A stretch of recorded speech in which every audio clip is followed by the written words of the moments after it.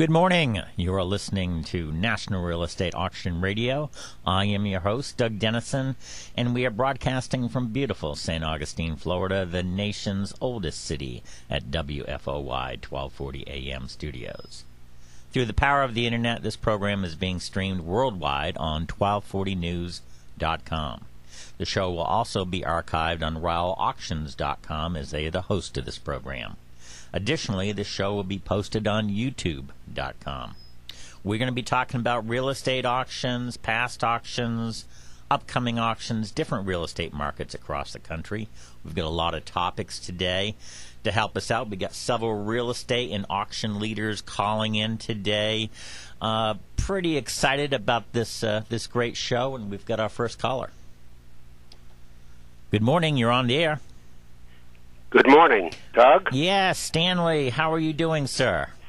Well, here we are back where we were a few years ago. Isn't that funny? You were the first guest of this show. This show has been on for more than, I'm going to say 14 months, maybe even more than that. But I'm so pleased that you're on again. For our listeners, tell us your background a little bit, if you would, where you're from right now, and what you did for the RTC, if you would, sir. Well, the RTC stands for the Resolution Trust Corporation. That was better known in the general public arena as the Savings and Loan Bailout Program. Mm-hmm. It was a federal operation where a statute was passed called FIREA, which established the Resolution Trust Corporation under the parameters of what I would consider to be more or less of a general business operation rather than a federal business operation. The legislation gave them a great deal of authority, which they needed to have because the closing of the banks was a fairly significant act on the part of the RTC, and they needed the authority to close the banks substantially before the time frames came about for the banks to be taken over. Without it, they'd have to go to court for each individual bank. So that was part of the enabling statute, and it was probably the singular most important reason that the Resolution Trust Corporation was as successful. We closed one out of every 4 savings and loan associations in the United States, approximately maybe 1,300 of them, and approximately 500 to 600 commercial banks. So a total maybe somewhere between 1,900 banks. That's a lot of banks. That's a lot. It was all done in a 5-year time frame. Every bank was closed on a Friday, usually at closing time, and by far 99% of them were reopened the following Monday morning. The concept being that the banking industry as such would remain viable to the potential and actual customer of each bank, so that the closing of the bank in itself didn't bring about any distrust of the banking system. Well, you were the head and did a fantastic job. Though there was a lot of stress there, didn't you have problems with some of the attorneys, and you had powers that enabled you to hire and fire, which is so much different than what the federal government is used to? Well, yeah, the enabling legislation in which I was involved really set up the trust in a manner as you would a normal business, which meant you didn't need to get the approvals for each act that the Resolution Trust undertook. Mm-hmm. The big difference, which meant that the employees were employees of the RTC, which, although it was a federal agency, was an independent body, and the employees were not federal employees. They were employees of the Resolution Trust Corporation, and there was a distinct separation in the ability of the RTC to hire and fire. It gave the RTC, from an operating standpoint, a substantially greater amount of flexibility to run that operation as a private business. And that's how we really ran it. Because, well, Doug, you know it better than most, we were able to hire and fire at will, with cause. It was really run like any corporation is run in this country, subject to rules and regulations, but certainly not a requirement that in order to dispose of an employee for cause, always, and we had to build our case internally. We didn't have to prove it to anyone. That was the big difference. A federal employee, you can't fire. You have to submit a notice of disengagement, cite the reasons. Then there's a ruling, and you got to wait for that. RTC didn't have that. It was run like a private company.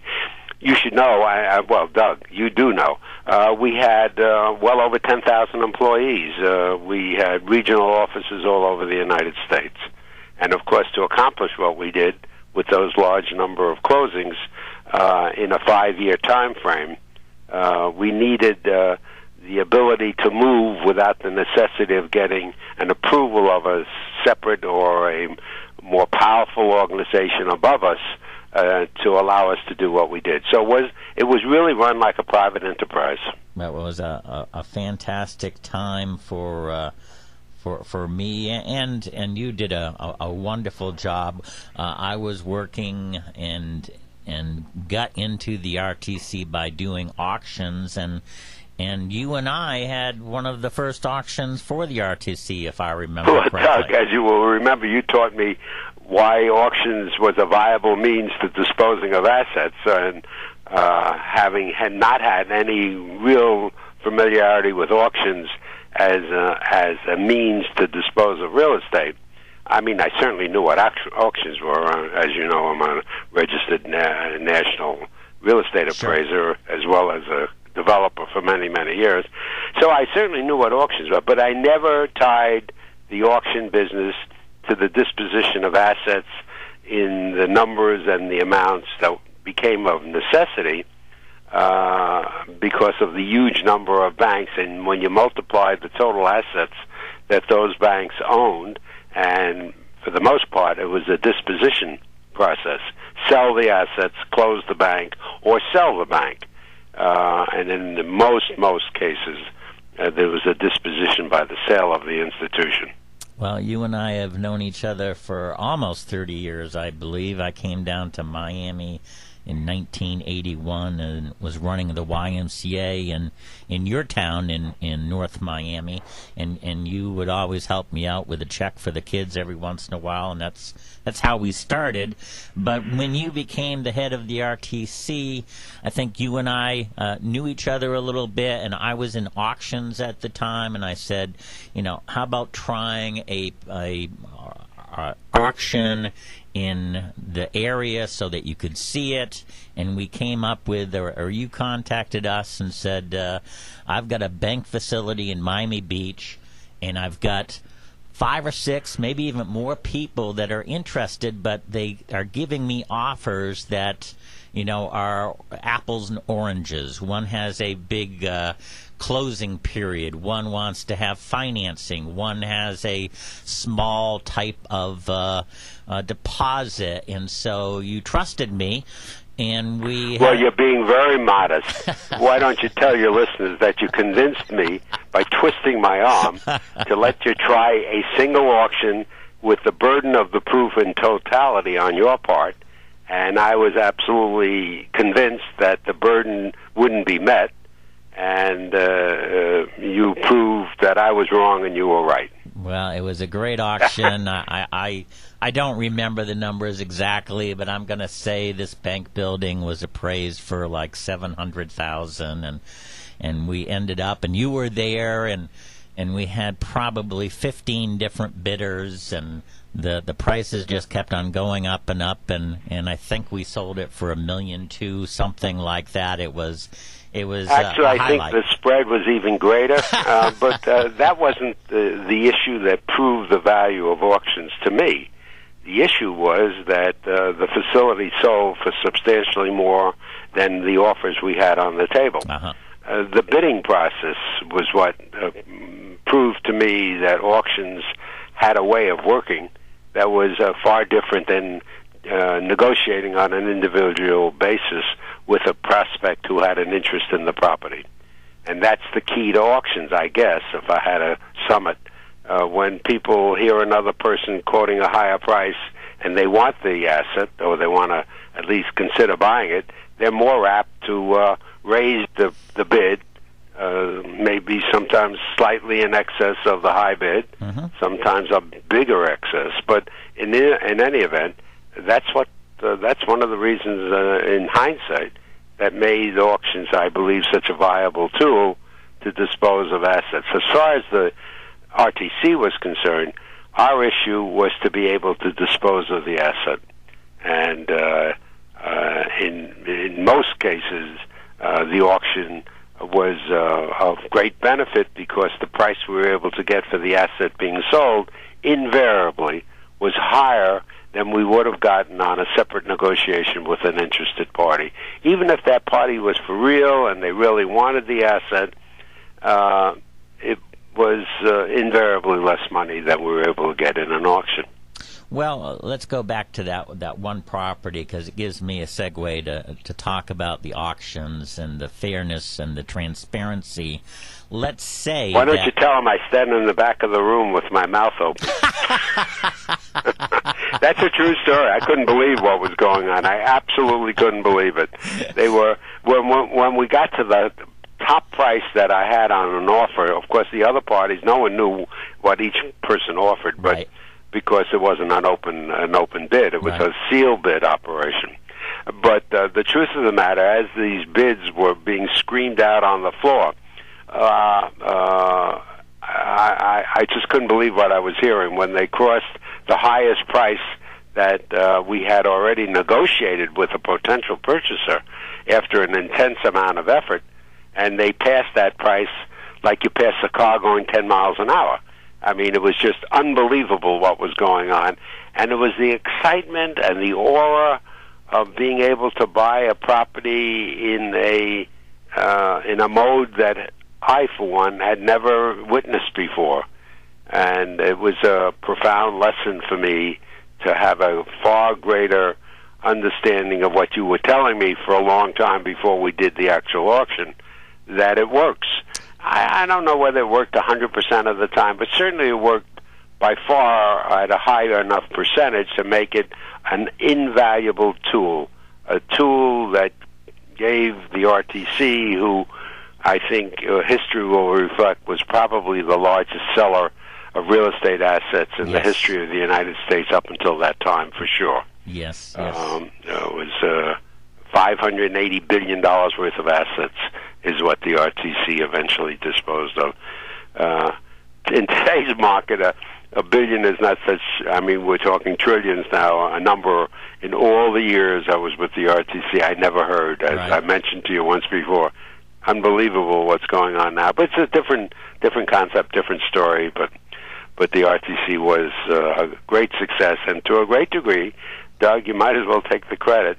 You taught me a lesson about auctions that without you being there, it probably wouldn't have happened. Well, you were very insistent, if you will remember. Just give me one. I'll prove it to you. Well, I'm talking about government auctions now, and if I'm a government official and I'm in charge of that one property in Miami Beach, and I've got, it's a high-end property. It's in Miami Beach. It's a bank facility, and I get 6 or 7 offers, and they're all different. What if I picked one? Won't everybody else say, "Hey, I would have bid more"? Is this an underhanded deal? And so, if I'm a government official, I want to have it fair, open, transparent. And, whoever is the last person standing with their hand up wins, and no one else can say anything. So that's why I'm so excited about auctions.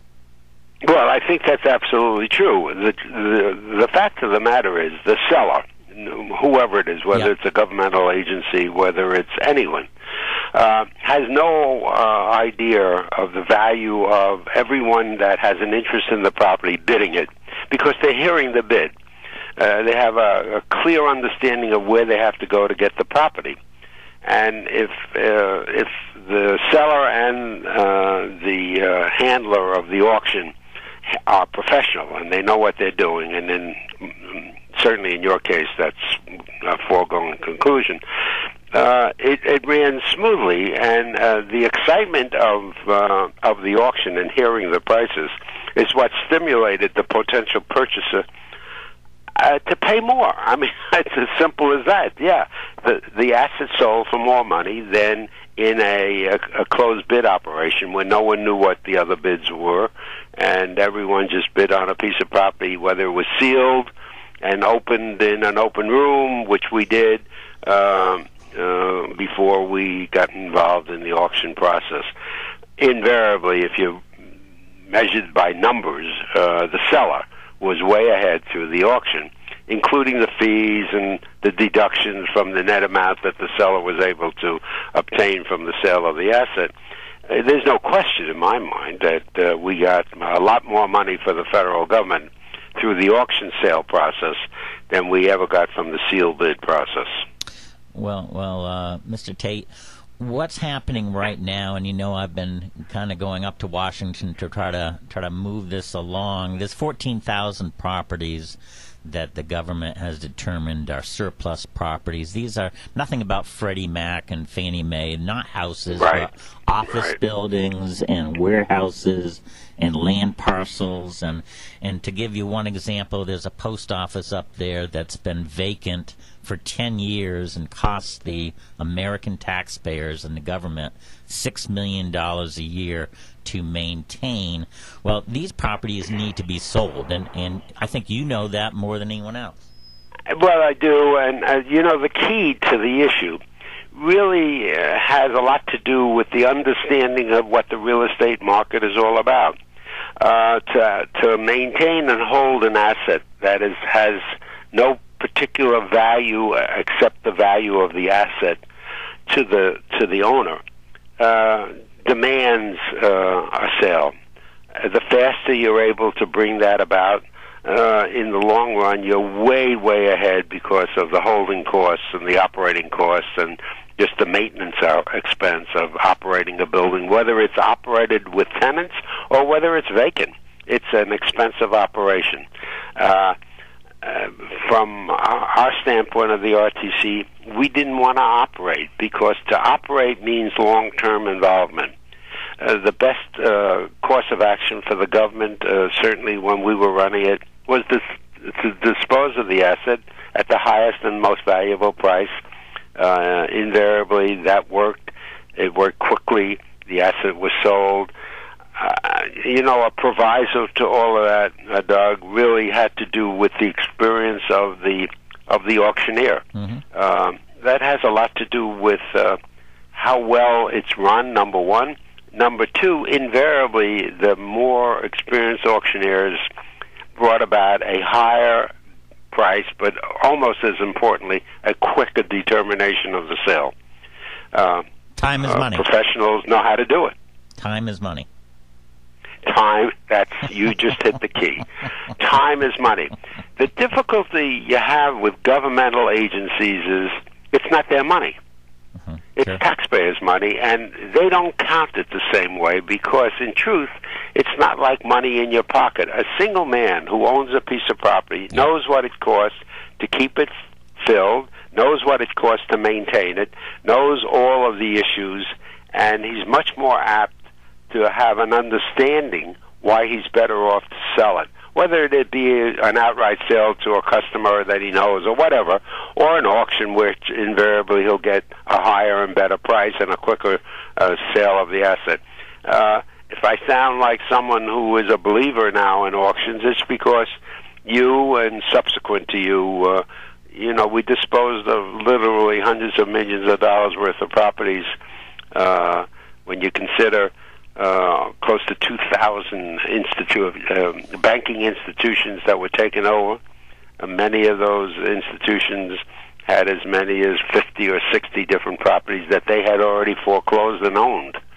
And because we didn't have to get permission from anyone, and you helped teach us the lesson of the value of the auction, we just moved in and handled the auction. Some of them, as you know, from the time we took it over to the time of the sale of the assets to the auction process, was a total of maybe, I'd say a long term was maybe 12 weeks from beginning to end. True. And you can't sell an asset in 12 weeks in any other process where you're getting the highest and best dollar. But we like to think it's even less than 12 weeks, but it depends on the asset, of course. Well, the deal in Washington is H.R. 1734 has been passed. It's gone to the Senate. The Senate's fooling around with it. But it seems like a no-brainer for properties that need to be sold and that have no value and are unused, that they be sold. Monies come into the coffers of the budget. Certainly we need that, but also the savings that the taxpayer has. So I'm thrilled about that. I want to hear about the Florida prepaid. You are the biggest fan of education, and we've only got a couple of minutes, but tell us about the Florida prepaid college fund.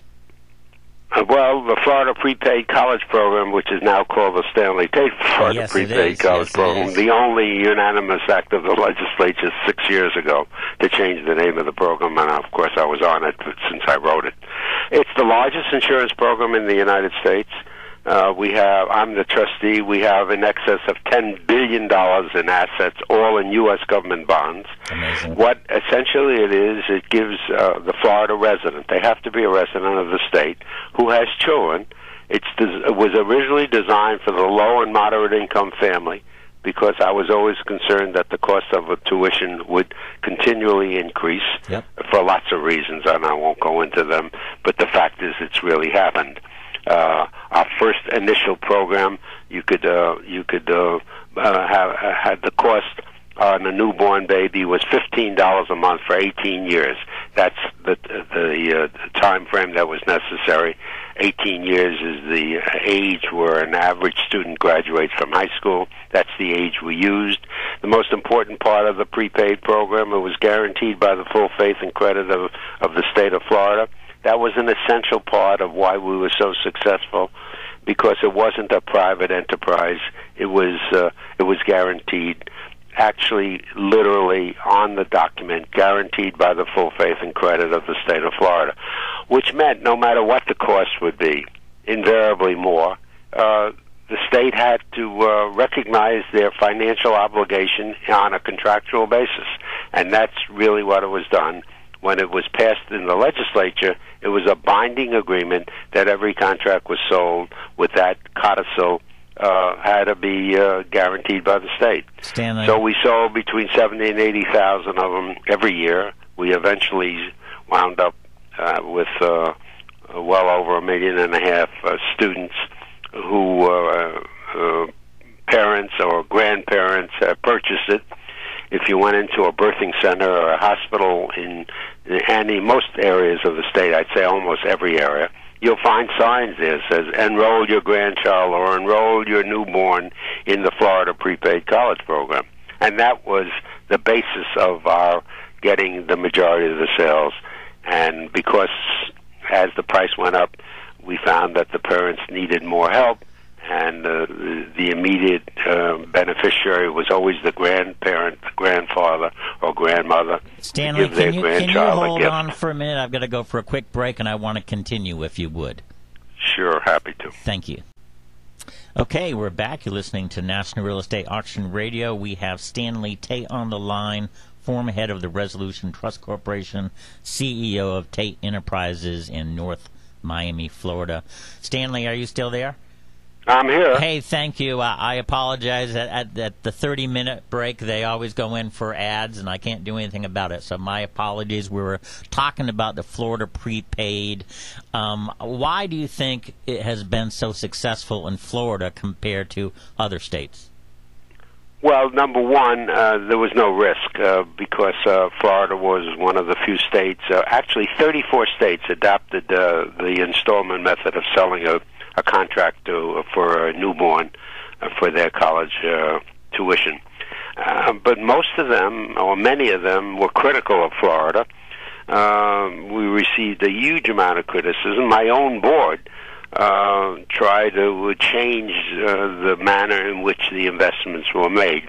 I always felt that our responsibility, our meaning the operator's responsibility to the purchases, was to ensure that the monies that were used for investment purposes had no risk, because we weren't in the business of making money.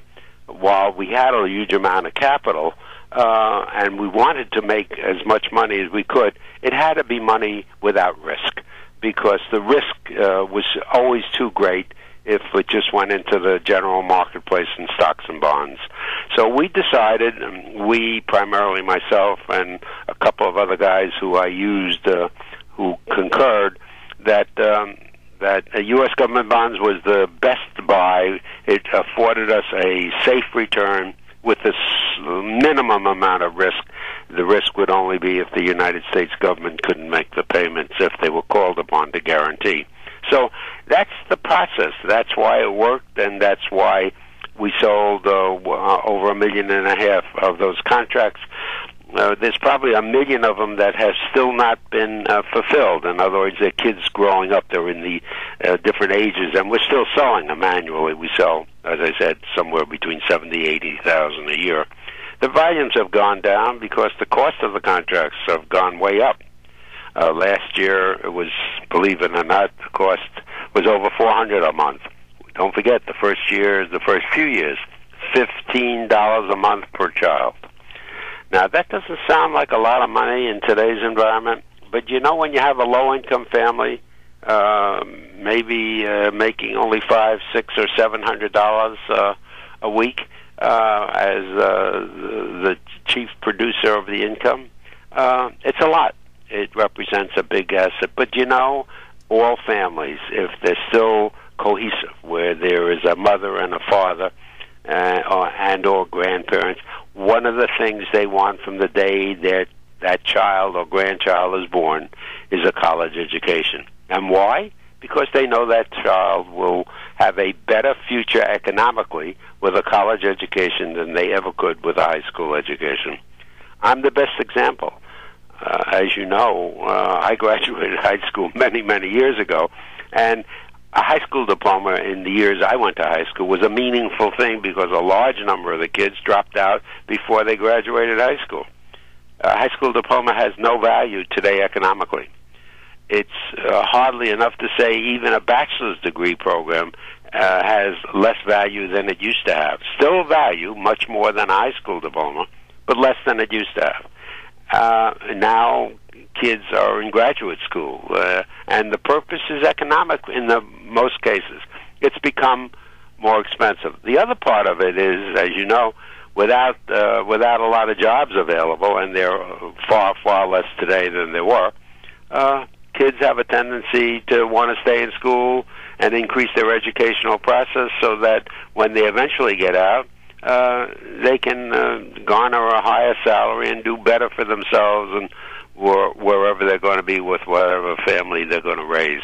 So education is still a very singular, important part of raising a family. And for our country. I'm sorry? And for our country. Yeah, that's the other part of it. Our country has fallen in our educational standards materially.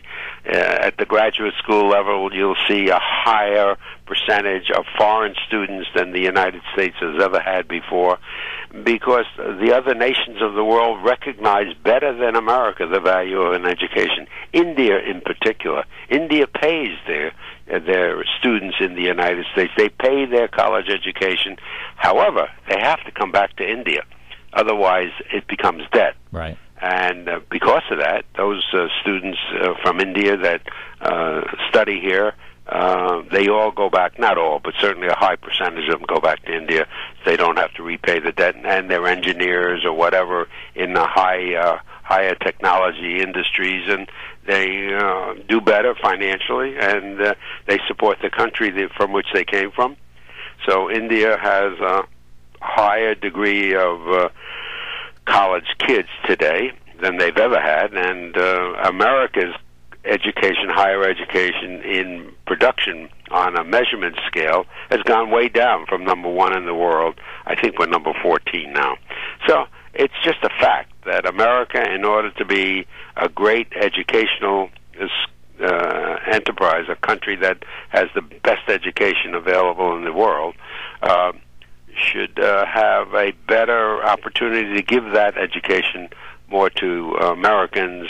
I don't say foreigners shouldn't have a right to come to college. The truth is, many of the colleges now prefer the foreigner because they get more money. They get a higher rate of tuition for an out-of-state student, and invariably those out-of-country students pay a higher amount, and so the universities benefit. But I could tell you education is a key product if this country wants to maintain its superiority in a variety of different areas. Stanley, thank you so much for calling in. Again, you were my first radio show guest more than a year ago for this show. You've been a friend for more than 30 years. I thank you so much for your leadership for the education of this country, but also all your work in the financial department for our country. And thank you so much for calling in. Doug, it's a pleasure, and I wish you well in the continuation, and I certainly hope that the government agencies in which you're working, if they called upon me to tell them, I would be your biggest asset, and it'd be my pleasure to do so, because it's good for the country, and that's what should be incorporated as soon as possible. Thank you so much. Thank you. Take care now. Thank you, Doug. Bye-bye. That was Stanley Tate, former head of the Resolution Trust Corporation and CEO of Tate Enterprises in Miami, Florida.